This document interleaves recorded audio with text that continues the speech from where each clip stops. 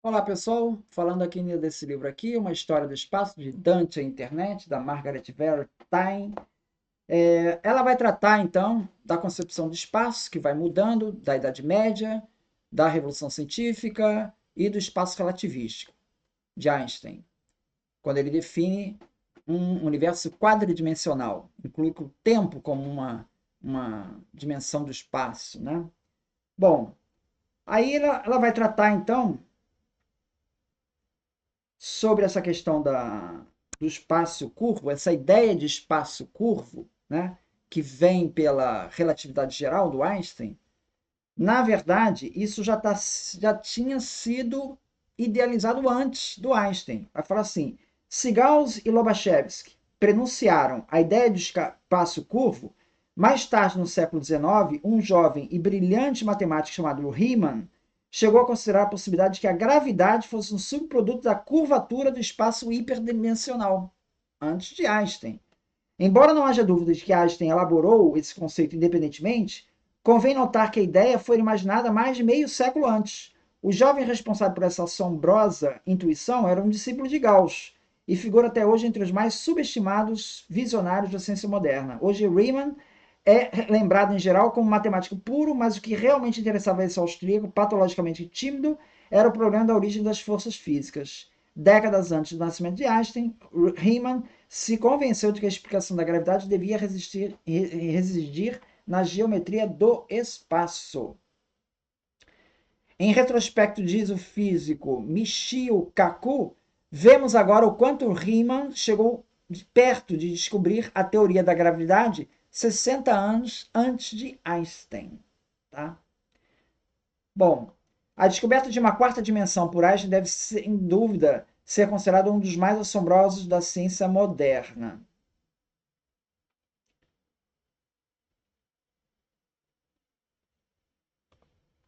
Depois ela vai falar de um outro físico chamado Theodor Kaluza.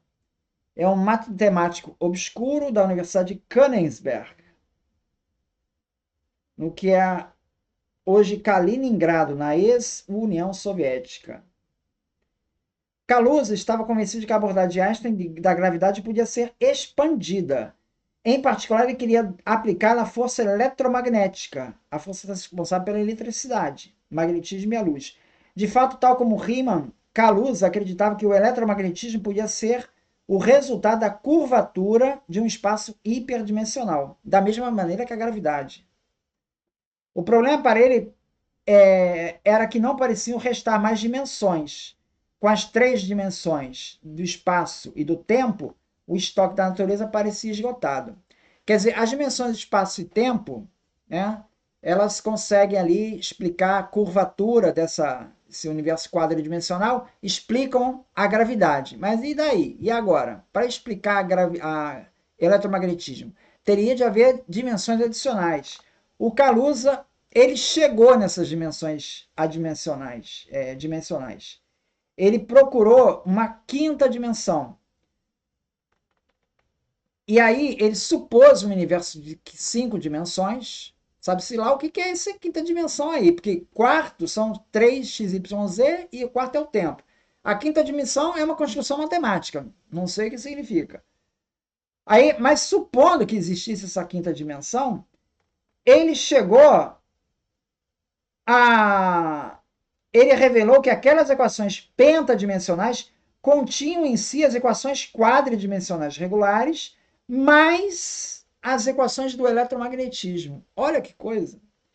Na verdade, a teoria pentadimensional de Kaluza compunha-se de dois pedaços separados que se encaixavam um no outro como peças de um quebra-cabeça. A teoria da gravidade de Einstein e a teoria do eletromagnetismo de Maxwell. Em 1919, Kaluza enviou um artigo sobre tudo isso para Einstein. Einstein ficou tão horrorizado com a radical adição de uma dimensão extra que durante 2 anos parece ter recusado a responder à carta do Kaluza. Mas a Constituição era de tamanha elegância matemática que não conseguiu tirá-la da cabeça. Em 1921, Einstein convenceu-se da importância das ideias de Kaluza e propôs o artigo para a publicação numa revista científica. Bom, Kaluza caiu no esquecimento. O pessoal não, não, não entrou nessa. Kaluza tinha uma resposta de surpreendente simplicidade para essa indagação sobre onde estaria essa quinta dimensão. Por exemplo, imagina que você vivesse num mundo que fosse unidimensional, só tivesse uma linha. Sendo um ponto nesse universo linear, você pode se deslocar de cima para baixo da sua linha, sempre permanecendo em uma dimensão. Agora, suponha que um dia o cientista lá da linha Lândia anuncia que descobriu uma dimensão adicional e que seu universo tem, na verdade, duas dimensões. Mas da onde viria essa dimensão extra? Na verdade, esse cientista teria descoberto que você não vive numa linha, mas num tubo. Ao invés de, na verdade, uma linha, o que é, na verdade, uma linha? Na verdade, é um tubo, lá em dimensões nanoscópicas, né? Então, na realidade, ele é um minúsculo círculo, tão pequeno que não pode ser percebido. E ali estariam as dimensões extras. Essa foi essencialmente a explicação de Kaluza para sua quinta dimensão.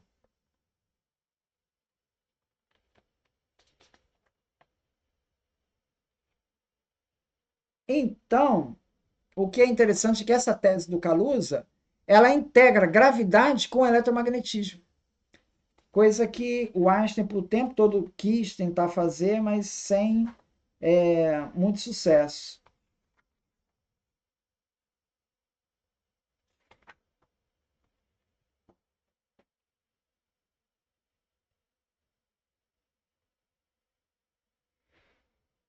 Então, essa perspectiva é que dá uma outra dimensão do que seria o espaço, né? Uma outra.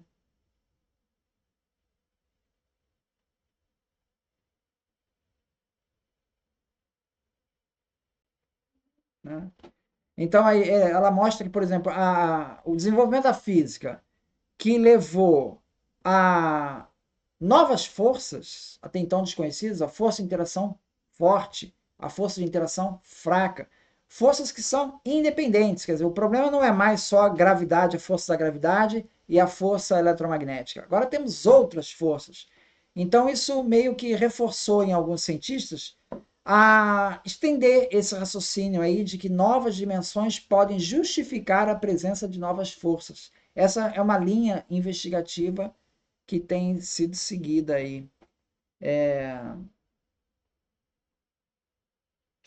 Outra questão, ele fala também da questão do espaço, né? Fala da questão do Big Bang, né? Ele fala como Hubble, ele, a partir de observações astronômicas e o deslocamento para o vermelho, né? Ele conseguiu descobrir que o universo estava em expansão. Essa ideia de que o universo está em expansão trouxe uma verdadeira revolução cosmológica no século XX. Se todas as galáxias estão se afastando aceleradamente umas das outras, tornando o universo ainda maior, a lógica determina que no passado deve ter havido um momento que o universo era menor do que hoje. Retrocedendo essa história toda, deve ter havido um momento que as galáxias não estavam separadas pelas vastas distâncias que vemos hoje, mas apinhadas em estreita proximidade. Da evidência da expansão cósmica decorria, portanto, a conclusão de que o universo pode ter um começo, uma pequena fase densa a partir de cuja explosão o vasto cosmo moderno se formou. Comentando esse panorama numa entrevista à rádio BBC, o astrônomo inglês Fred Hoyle cunhou a vigorosa expressão Big Bang, de maneira depreciativa. Ele está sacaneando essas teorias. Ah, isso aí estão dizendo que veio por um Big Bang. Ele estava falando de sacanagem. Então, porque a ideia toda lhe parecia um disparate, mas o apelido pegou e é hoje uma das expressões mais famosas da ciência. Então é interessante como é que ela conta essa história do Big Bang, né? Que no começo o Big Bang ele era ridicularizado pelos cientistas porque achavam que ali estava um germe de religião entrando novamente na ciência. Essa tese de que origem, de criação, isso é bíblico. Estão querendo colocar isso aqui na ciência. Então, os cientistas rejeitaram. Né? Agora o que a gente vê é um movimento contrário. Né? O Big Bang hoje é defendido pelos cientistas E os religiosos se opõem ao Big Bang. Não é curioso isso? Na sua origem, não era assim. Os cientistas ridicularizaram. O Fred Hoyle usou essa expressão Big Bang de maneira depreciativa. Então, é interessante essa abordagem que ela traz de como a ciência moderna tem redefinido nessa questão do espaço e, inclusive, encontrado possibilidades teóricas de novas dimensões que não têm sido confirmadas experimentalmente. Né? Essa é uma das reclamações que havia do Einstein, né? Porque o Einstein ele diz que ele montou a teoria da relatividade geral dele como uma ampliação da relatividade restrita, né? Que é com velocidade constante. Então ele partiu para o movimento acelerado, como é que isso seria, né? Na relatividade geral, e tendo o princípio da equivalência como base. O princípio da equivalência é basicamente o seguinte: imagina que você está no espaço, tá? E não tem nenhum planeta perto, você está isolado lá no espaço, puro vácuo ali. Está ali no espaço. E você está dentro de um elevador. E esse elevador está subindo. Você vai sentir uma pressão, uma força para baixo.